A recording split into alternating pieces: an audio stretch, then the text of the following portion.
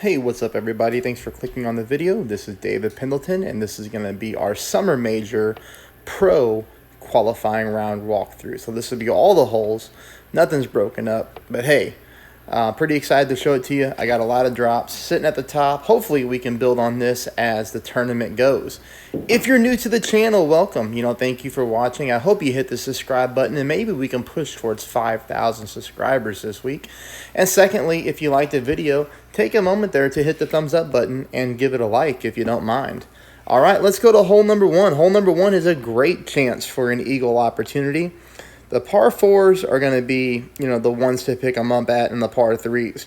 The par fives are going to be quite a challenge for people. All right, so here, what I am doing, let's take a look at the spin first. 6 bars of top spin combined with 3 bars of side spin to the left.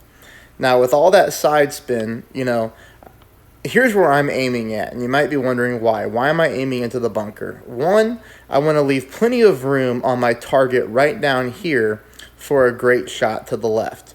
I don't want to play so close to the rough and the sand over there that if I hit a great shot to the left, you get stuck in the sand or rough, and then you're in trouble, right? So I'm going to leave myself plenty of room, just like that, and then all we're going to do here is we're just going to add curl to get ourselves out of the sand trap. So just like that. That's enough curl right there, just until the right or the ball basically breaks the adjustment window there.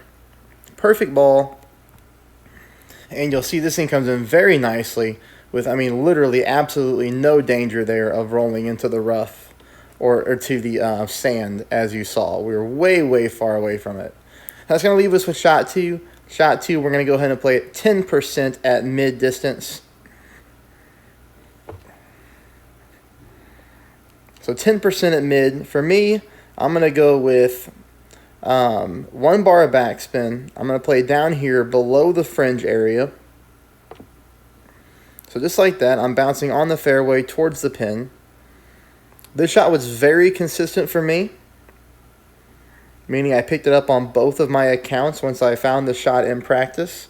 So you see here, this is in practice mode, but in the real deal, I hopped over and was able to pick it up. So really, I dropped this ball 3 times once I found the right elevation and the right way to drive the ball. So it seems to be very consistent, and that's going to be eagle on hole number 1. Hole number 2, we're going to go 5% at mid. So 5% at mid.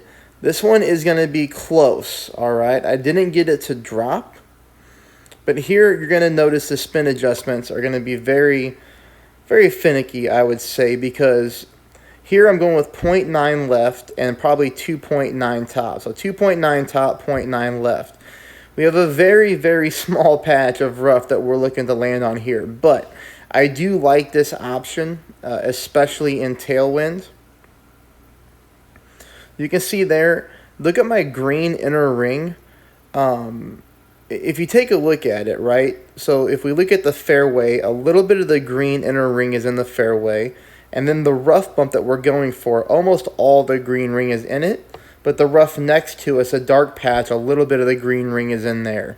So I think that's a good reference point to figure out where to try to land. And then here, I'm going just straight up through the hole.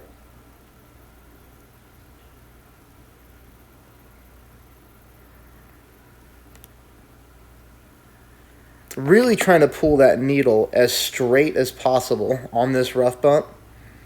Make sure you really take a look at that needle. But here you see we hit the rough, but we barely, just barely miss this one to the left-hand side. So the only thing that I would say is the top spin looks really nice.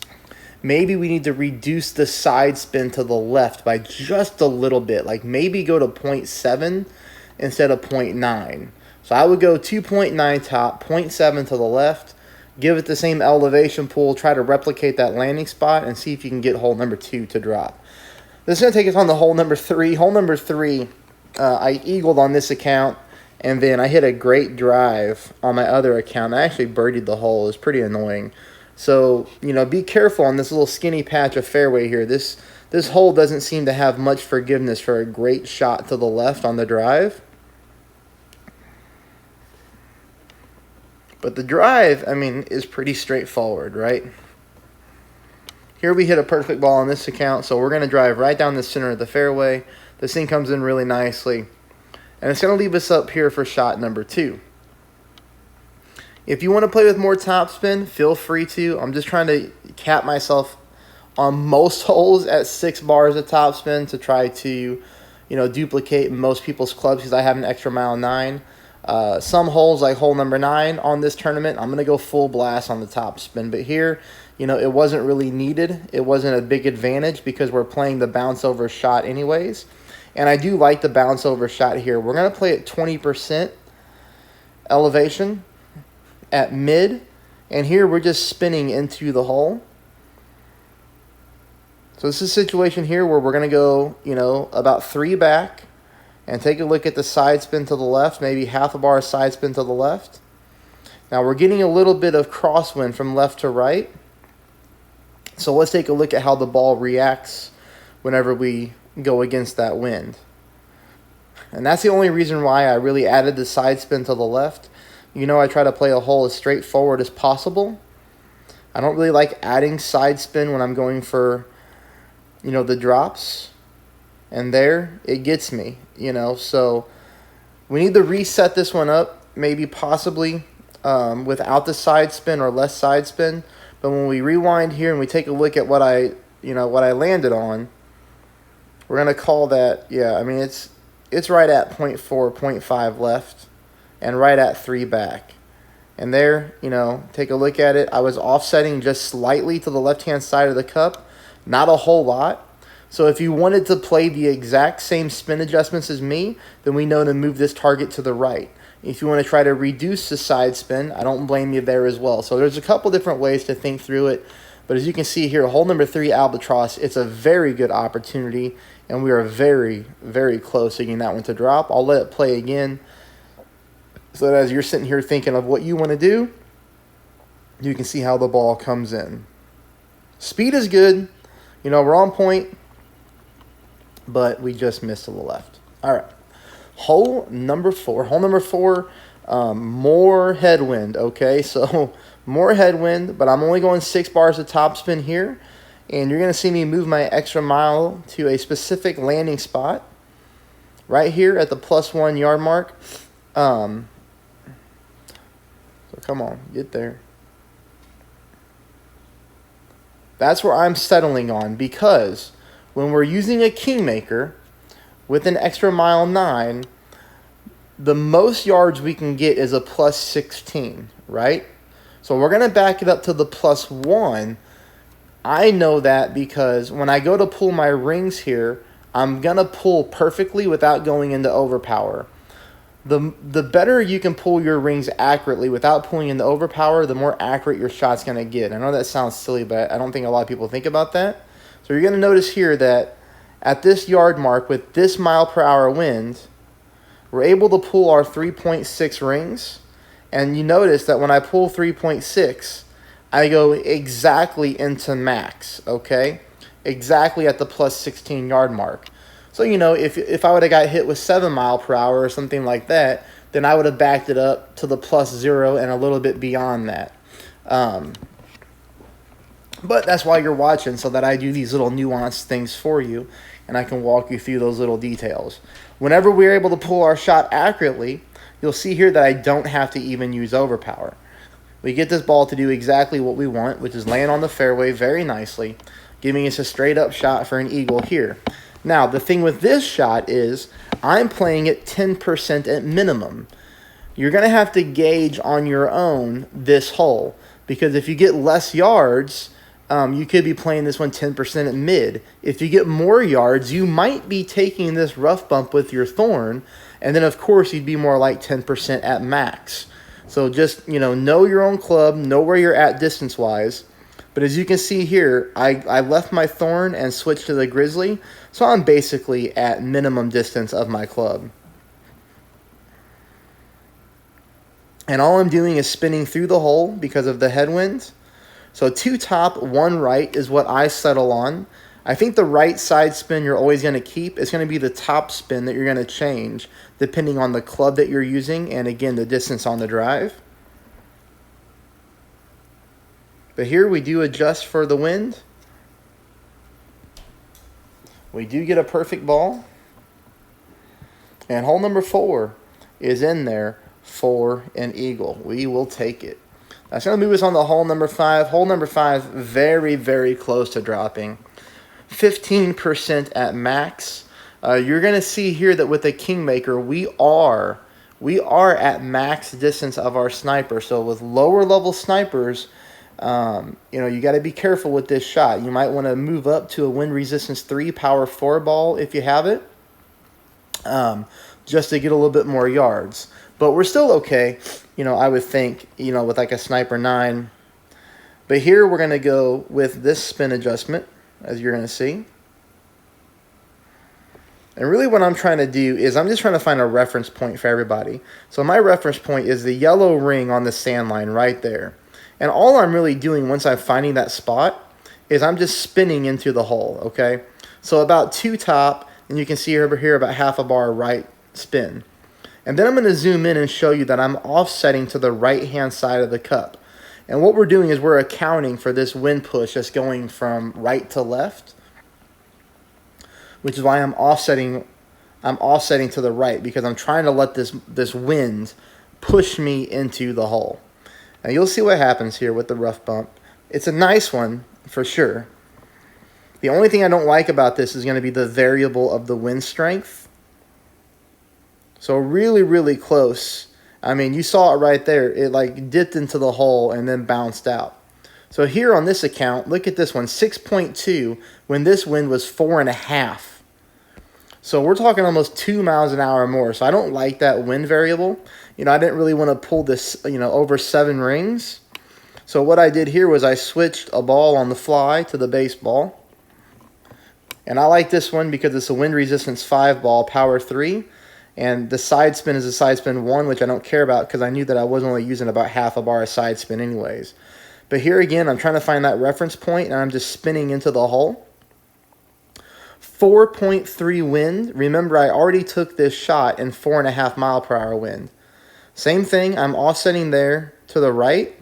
But what I did here at the very end, which you're going to notice, is I thought I had my spot, right? So there I have my spot. I think that's a good spot because we're still offsetting to the right just a little bit.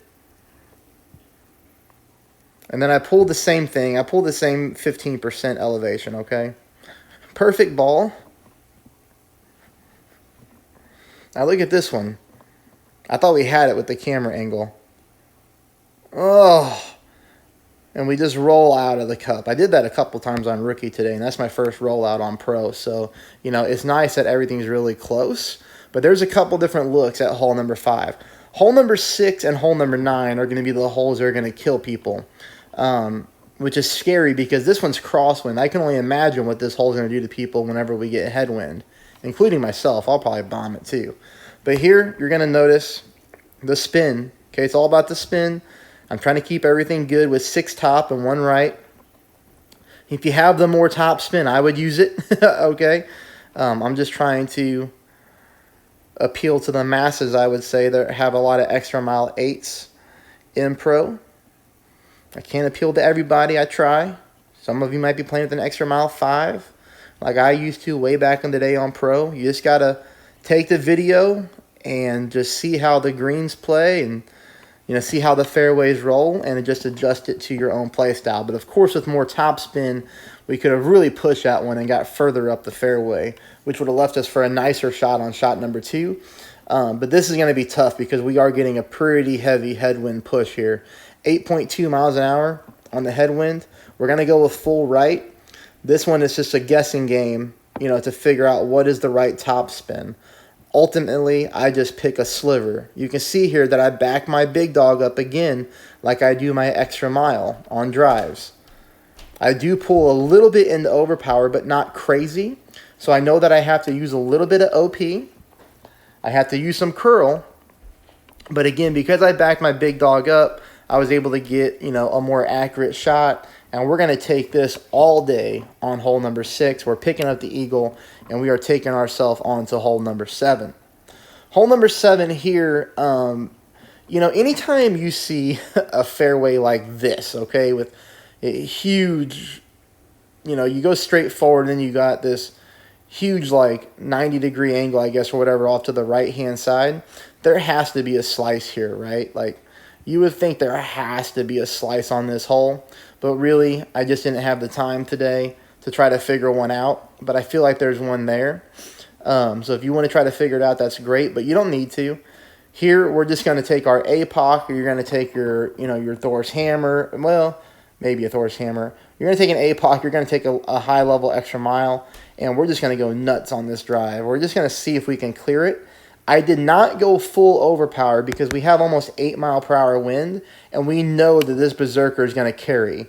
You can see here that I used basically the perfect amount of overpower on accident. It was just a guessing game, but look at that. I do hit the rough bump, and then I roll out. If I don't hit that rough, I feel like I'm going swimming. So keep that in mind when you take these type of shots that, you know, even though we're going bombs away, sometimes we don't have to go full bombs away. I just got very lucky there on that guess, as I did not practice this hole. So 6.3 mile per hour here. I'm just checking the distance of my club. This one's going to play pretty much at mid, so I'm playing it right at mid. 2 bars of backspin. Ball guide line going to go pointing directly into the hole, straight at the hole.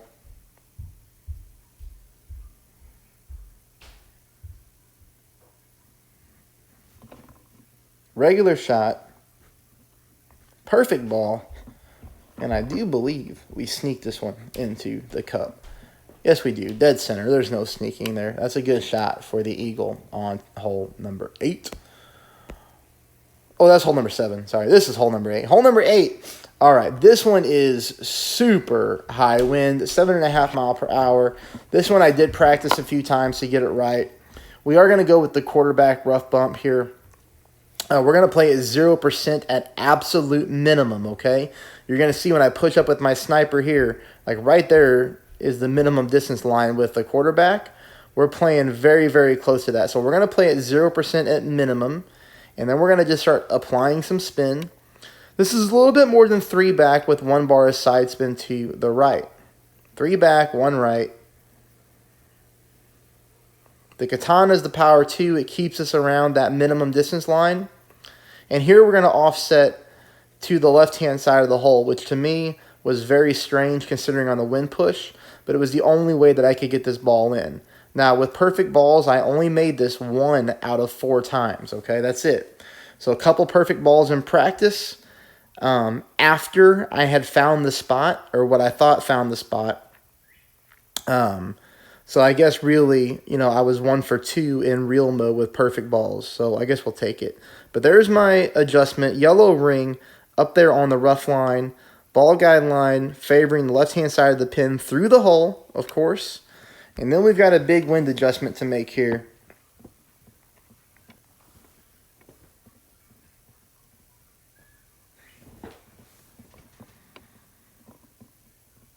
But we do hit perfect. And, you know, this one I do squeeze in.